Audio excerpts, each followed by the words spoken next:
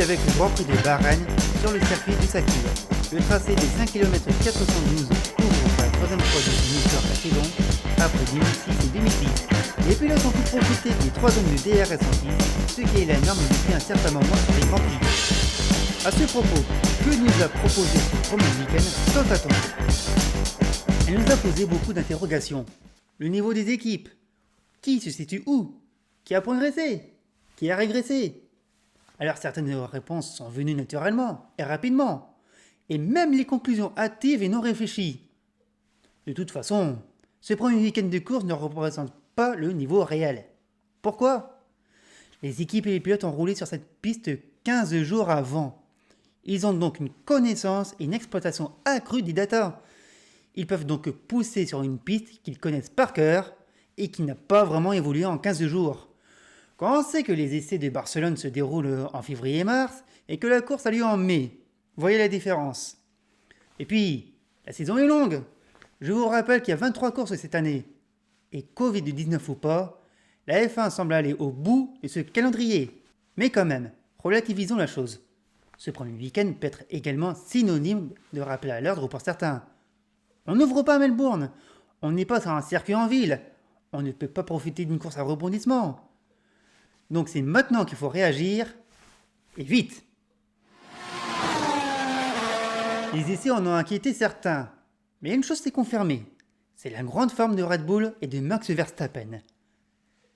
Très rapide en pneus durs, mais aussi en pneus soft.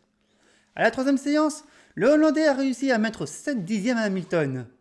D'ailleurs, le Hollandais a survolé les 3 séances d'essais libres. Donc, pour cette qualification, le ton était donné. Pour faire court, les résultats. Le résultat de la Q3 a donné Max Verstappen en pole position devant Lewis Hamilton pour moins de 4 dixièmes devant la deuxième Mercedes de Valtteri Bottas. Juste derrière, on retrouve Charles Leclerc avec la Ferrari devant Pierre Gasly 5ème sur l'Alpha Tauri, suivi des 2 McLaren de Daniel Ricciardo et Lando Norris, la deuxième Ferrari de Sainz 8ème devant Fernando Alonso sur l'Alpine, Lance Stroll fermant le top 10 de la Q3. Dans la deuxième partie, on retrouve Sergio Perez sur la deuxième Red Bull, Antonio Giovinazzi est juste derrière lui devant Yuki Tsunoda et Kimi Raikkonen sur la deuxième Alfa Romeo. George Russell a terminé 15ème de la séance devant Esteban Ocon, contre-performance du pilote normand. Nicolas Latifi termine devant Sebastian Vettel qui lui aussi a contre-performé à cause des drapeaux jaunes. Les 2 derniers chronos sont pour Mick Schumacher et Nikita Mazepin qui s'est bien fait remarquer dans cette séance. Ah, c'est vrai qu'il s'est fait remarquer Mazepin avec ses fautes. Bon, je sais que la A c'est basé sur la Ferrari de la saison précédente, mais de là à lui filer celle de Vettel, la réglage en plus. Bon, la séance fut intéressante, car ce qu'on appelait encore le midfield avant le week-end est tout simplement chamboulé. On repart d'une feuille blanche. Vous avez pu le voir. Ferrari revient fort. Elle s'est même permis de faire un doublé en Q2 avec seulement 1 millième d'écart entre ses pilotes. Toujours dans la Q2, du côté de Alpha Tauri, la performance de Tsunoda ne s'est pas poursuivie. Lui qui avait gardé la même stratégie que son coéquipier. Et il y a le vieux, ou le stage emploi jeune de chez Alpine, qui part en Q3 au calme. Avec le soft certes, mais quand même. Et pour la pole, on a les champions qui se prennent 4 dixièmes. Et on nous parle encore de course sprint? Pour relativiser, encore une fois, ces résultats étaient attendus. Certains étaient même évidents. Mais en attendant, si les qualifications se passent tout le temps comme ça cette année, je pense que beaucoup pourront reconsidérer, c'est-à-dire la journée du samedi comme essentielle. A noter qu'une enquête fut ouverte pour voir si des pilotes n'auraient pas eu un gain de temps sous les drapeaux jaunes de fin de Q1. Pas de pénalité sur le moment, mais Vettel fut convoqué le dimanche matin par les commissaires. Il va écoper de 5 places de pénalité sur la grille pour partir au bon dernier. Ce qui donne ceci pour la grille du Grand Prix. Pas de grands changements sur la grille de départ, Verstappen Hamilton en première ligne, Bottas Leclerc, Gasly Ricciardo, Norris Sainz, Alonso Stroll, Perez Giovinazzi, Tsunoda Raikkonen, Russell Ocon, Latifi Vettel et Schumacher Mazepin. En regardant les courses de Formule 2, j'ai pu remarquer que le poleman avait du mal à s'élancer. Ajoutez à ça le vent, le sable et une température un peu plus fraîche, et vous avez des conditions optimales pour une première course. Ce ne sera pas le cas pour Verstappen qui a réussi son départ malgré un Hamilton attaquant. Derrière, on a un Mazepin qui se met dehors tout seul et qui provoque une safety car. Perez va en profiter pour déjà remplacer ses gommes médium par des nouveaux. Lui qui a connu un problème électrique dans le tour de formation. Tout s'est éteint sur son volant. Sa stratégie va payer puisqu'elle va remonter très rapidement dans le top 5. Devant, Verstappen est leader. Et selon Radio Mercedes, ses nouvelles radios, il aurait des soucis de différentiel. Il va s'en plaindre après le début de son deuxième relais, lui qui est reparti en pneu médium. Du coup, chez Mercedes, on reste sur une stratégie d'attaque avec les pneus durs pour le deuxième relais. Et ça paye. Red Bull va quand même tenter deux stratégies différentes, puisque Perez est passé en pneu dur pour son nouveau relais. Le Mexicain fera une remontée sereine, très sereine. Du côté d'Hamilton, on lui anticipe son deuxième arrêt pour garder la même gomme, tout comme Bottas. Ouais, ça s'est mal passé chez le Finlandais, avec une roue qui ne se dessert pas du tout, mais qui est passée tranquillement à l'électronique. Hein. Ah oui, honnêtement, je sais pas pourquoi il y a des aides électroniques comme ça dans les aérostands. Je pense que c'est totalement abusé. Des capteurs dans le pistolet, des capteurs dans les lave-vides, des capteurs par-ci, des capteurs par-là. Résultat des courses, Bottas en a payé les frais. Dommage. Chez Red Bull, ce n'est pas la panique. On conseille même à Verstappen d'aller large au 4e virage. Pourquoi? Ce virage où on demande aux pilotes de respecter la limite, ça interroge Verstappen, ça nous interroge aussi. C'est vrai. Mais Red Bull a vu que Mercedes faisait pareil. Donc, c'est remonté directement aux oreilles de la FIA. Et quand on prévient Hamilton de ne plus abuser des limites, on est quoi? Aux 2 tiers de la course. La FIA, toujours numéro 1. Ouais. Mais bon, dans l'immédiat, c'est pas le plus important pour nous. C'est surtout les stratégies décalées entre Hamilton et Verstappen. Hamilton s'est arrêté très tôt pour son deuxième relais, au tour 29, tandis que Verstappen s'arrête au tour 40. Il y a 11 tours pour l'usure des pneus entre les deux pilotes. Et Verstappen, il va faire le boulot. Il va revenir sur Hamilton, tout en se débarrassant des retardataires. Lewis va même nous faire une Kimi. Il y a de quoi? Il a le feu au cul. Il est tendu, le champion du monde en titre. Il voit bien que Verstappen remonte comme un boulet de canon. Et qu'est-ce que ça va donner cette fin de course? C'est tendu, ça va être très tendu entre les pilotes. Vous voulez savoir? Voici le résultat. Cela donne une victoire de Lewis Hamilton, la 96e en Grand Prix, devant Max Verstappen et Valtteri Bottas sur la 3e marche du podium. Derrière, on retrouve Lando Norris devant Sergio Perez qui a fait une grande remontée, suivi de Charles Leclerc et de Daniel Ricciardo. Carlos Sainz, Yuki Tsunoda et Lance Stroll complètent le top 10. Et le meilleur tour est à mettre au titre de Valtteri Bottas. Hamilton a fait une faute dans les derniers tours, et Verstappen a pu en profiter pour prendre la tête de la course. Sauf que le néerlandais va rendre sa place. Il est allé large dans ce fameux 4e virage. Il le sait, et intelligemment, et aussi à la demande de son équipe, il va rendre sa place de leader à Hamilton. Et je peux vous dire qu'il regrette, mais je pense qu'il n'avait pas le choix. Soit gagner et perdre sa victoire sur tapis vert, ou finir deuxième et avoir des regrets. Mais bon, Hamilton n'est pas innocent également dans l'histoire. Parce que lui aussi, il a abusé des limites dans le virage 4. Pensez-vous, à savoir si c'est une occasion de louper pour Verstappen et Red Bull? Oui, c'en est une.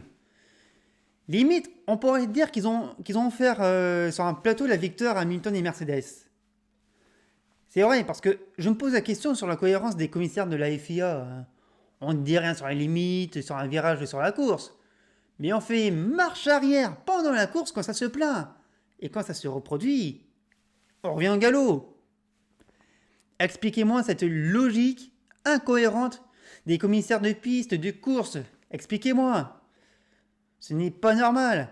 Si on laisse liberté d'aller en dehors de la piste en course, pourquoi à un moment on dit non, vous revenez aux limites, c'est tout. Ce n'est pas normal. Ce n'est pas normal ce revers de la FIA. Je pense qu'on va encore bien se marrer cette année avec eux. Enfin, la course fut très intéressante malgré tout. On a eu de belles batailles pour la victoire et dans le peloton. Bon, on a vu Gasly qui a perdu son aileron sur une McLaren. Et d'ailleurs, le pilote, il a abandonné, ce qui est dommage. D'ailleurs, les McLaren, ils ont bien lutté entre elles et entre les Ferrari également. On a aussi vu Raikkonen se battre contre Williams. Bon. Par contre, on a aussi vu Alonso et Alpine qui avaient une bonne stratégie intéressante. Et quand on reste sur Alpine, pas de chance pour l'équipe normande où Ocon s'est carrément fait percuter par Vettel. Qui s'est dit, bah tiens, j'ai fait une boulette, je vais accuser l'autre. De toute façon, tout ce qui s'est passé entre les équipes et les pilotes, on va voir ça maintenant dans le bilan. Et on va commencer avec les champions du monde. Est-ce que les champions du monde en titre sont sereins? Bien sûr que non. Je ne pensais pas le dire, mais ils vont devoir plus que se retrousser les manches chez Mercedes. Hamilton reconnaît qu'il aura beaucoup à faire, même s'il a répété que le règlement était fait pour les ralentir. Je dirais plus que ça ressemble à du bluff ce discours. Mais ce n'est peut-être pas le cas. Et il est évident que Lewis n'était pas du tout serein sur toute la course. Quand on lui rappelle les limites de la piste, il râle. Il veut qu'on le laisse tranquille quand on le rattrape. Et bien sûr, il reproche la stratégie de son équipe. Ça, c'est un petit classique chez lui. On a aussi vu un Valtteri Bottas qui ne maîtrise pas du tout sa voiture et qui va se battre avec elle. Et qui doit aussi rester dans les lignes. Et lui, c'est sur tout un week-end. Et surtout, encore absent en course. Bon, il n'a pas été aidé avec la perte de temps dans les stands à son deuxième arrêt. Il a décroché le meilleur tour en fin de course. Et c'est tout. Même Toto Wolff lui a demandé un ordre et son succès. D'ailleurs, une chose rare, c'est que Wolff lui demande un ordre. Ça montre une chose. Ils sont pas sereins chez Mercedes. Ils n'ont plus le contrôle de la situation. Et vous savez quoi? Ça promet. Honnêtement, ça promet. S'ils sont bousculés dans leurs codes, leurs habitudes, ça peut être très intéressant. Et je ne pense pas que la menace pourra aussi venir de Red Bull. C'est peut-être la première, mais les autres pourraient aussi menacer l'étoile. Ça va être très intéressant à suivre. Red Bull donne des ailes. Il faudra sûrement pas en abuser pour tenir sur cette saison marathon. Mais quel pôle de Verstappen qui colle 4 dixièmes à Hamilton. Je me répète, il aurait pu en mettre encore un peu plus s'il n'avait pas abîmé son fond plat dès le début de la qualification. Et aussi sa course, c'était parfait. Il faisait le boulot, il maîtrisait vraiment la situation. La relance très tard après la safety car, ça aussi c'était maîtrisé. Alors oui, il aurait dû gagner, mais bon, on va pas revenir sur ce fameux virage, hein. Une petite déception pour lui, quoi. Non, grosse déception. Une grosse déception. Voilà. Du côté de Pérez, il faudra faire des efforts en qualification. Ok, on est d'accord. Mais bon, c'était attendu de voir le Mexicain un peu éloigné le samedi. C'est plutôt un homme de course. Et ça s'est encore confirmé. Bon, il a connu un problème électrique dans le tour de chauffe, quand on sait que les mécanos ont dû intervenir sur sa voiture avant la course. Reparti des stands, rechange de stratégie sous safety car, il a encore réussi une remontée tout attendue dont il a le secret et ça encore c'était beau à voir. Et même la stratégie décalée a pu donner raison à Red Bull. Enfin, plutôt à Mercedes. Pourquoi? Parce que je ne pense pas qu'avoir décalé la stratégie des Verstappen par rapport à Hamilton aurait pu donner un final comme ça. Je pense que Red Bull aurait pu vraiment prendre le contrôle de la course bien plus tôt dans la course. Voilà. Je le pense. McLaren est sur une bonne voie et selon les dires, les objectifs sont atteints. Bon. Alors oui, elles auraient pu créer une surprise en voyant le résultat des essais. Mais relativisons. Ça va être ma marque de forme cette année. Il y a encore du travail à Woking, mais l'optimisme est au rendez-vous. Surtout après une bonne qualification. Il y a peut-être eu un duel entre Norris et Ricciardo au tout début, mais les deux pilotes ont malgré tout fait le boulot. Il y a un gros rythme du côté de Norris qui finit au pied du podium. Il s'est bien montré face au Ferrari et aussi face à son coéquipier. D'ailleurs, Ricciardo ne démérite pas non plus. Une bonne prestation pour lui également pour sa première course avec McLaren.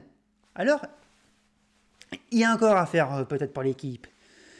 Mais je pense qu'elle peut aller chercher des podiums si ça se passe mal devant, voire même plus.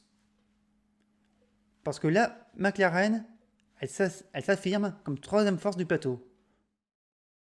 Elles sont loin ces nouvelles Aston Martin. Il y a du travail pour comprendre encore cette voiture qui est toujours inspirée de la Mercedes. D'ailleurs, on a pu voir qu'il rejoignait le même discours sur les nouvelles règles. C'est trop facile.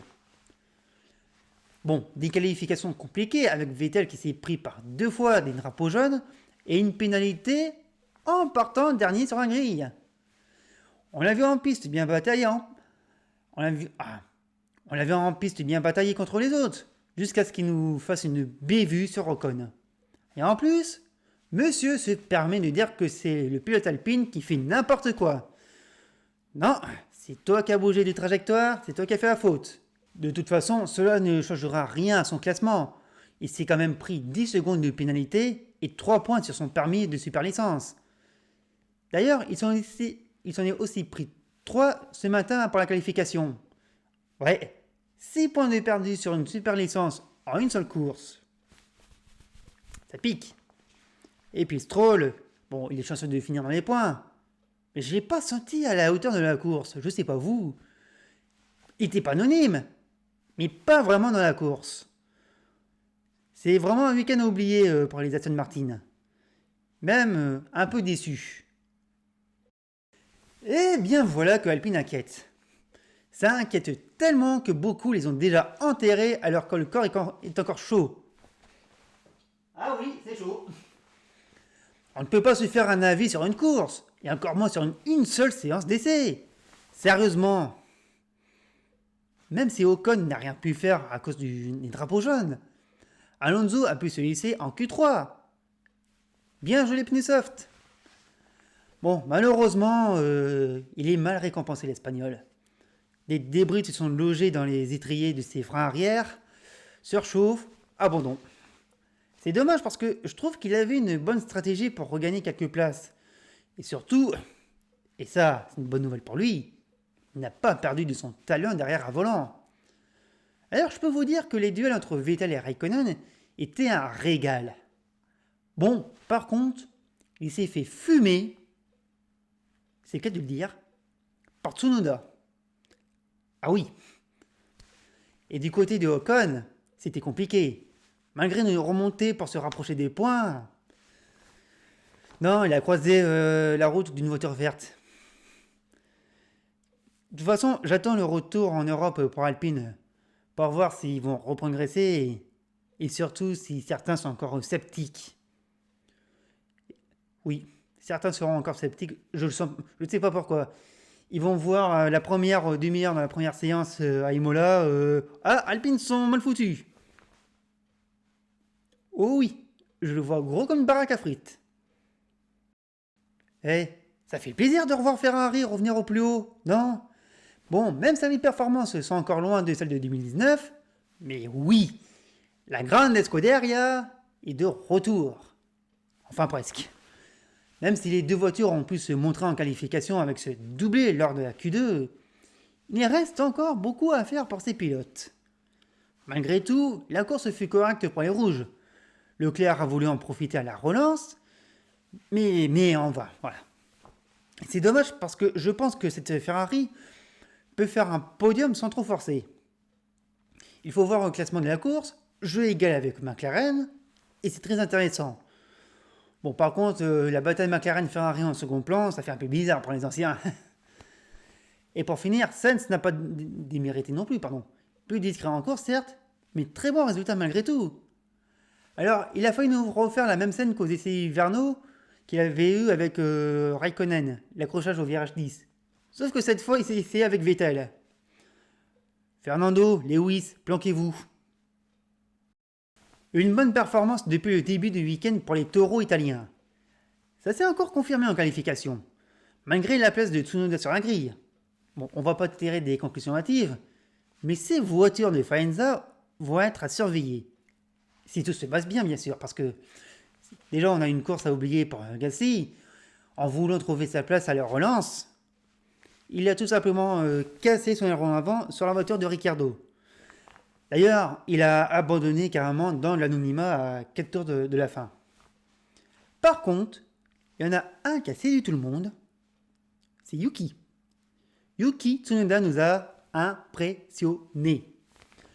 Des manœuvres propres, une course solide, un frein de terre sur Alonso, une grosse course du japonais qui marque ses premiers points en Formule 1. C'est très intéressant et super de la part du japonais. Du coup, imaginez les deux Alpha Tauri dans le top 10. Ça va arriver. Alors imaginez. C'est bon, vous avez l'image. Alfa Romeo retrouve une certaine forme. Et ça nous fait le plaisir de voir que l'équipe italo-suisse ne peine plus pour chercher la performance. Oh que non. Elles sont encore loin le samedi, mais ça va mieux et franchement ça nous fait plaisir. Alors Raikkonen et Giovinazzi n'ont pas démérité. On voit même l'Italien se rapprocher du niveau du Finlandais, qu'on aura plus vu à l'écran. Autre chose aussi, le duel très compliqué entre Raikkonen et Russell, qui aurait pu mal finir. Mais c'est mal connaître Iceman qui a tout simplement calmé le jeune Britannique. Le seul regret, même pas un seul point pour récompenser les efforts de l'équipe, qui finit carrément en deuxième partie du classement. Mais si Alfa Romeo progresse, je ne vous raconte pas la lutte dans le midfield. Oh que oui, ça va être une grosse lutte dans le midfield. Pas de surprise chez Haas, des performances prévisibles, trop peut-être. Déjà avec un pilote qui ne tient pas sa voiture, avec ses réglages de frein. Eh oui, beaucoup de spin de la part de Mazepin, et surtout une sortie au départ, tout seul, comme un grand. Et c'est arrivé aussi à Schumacher qui a perdu sa voiture. Le faire court sur Haas, week-end anonyme, voiture instable, problème de frein toujours pas réglé. Netflix, c'est bon, on a tout dit.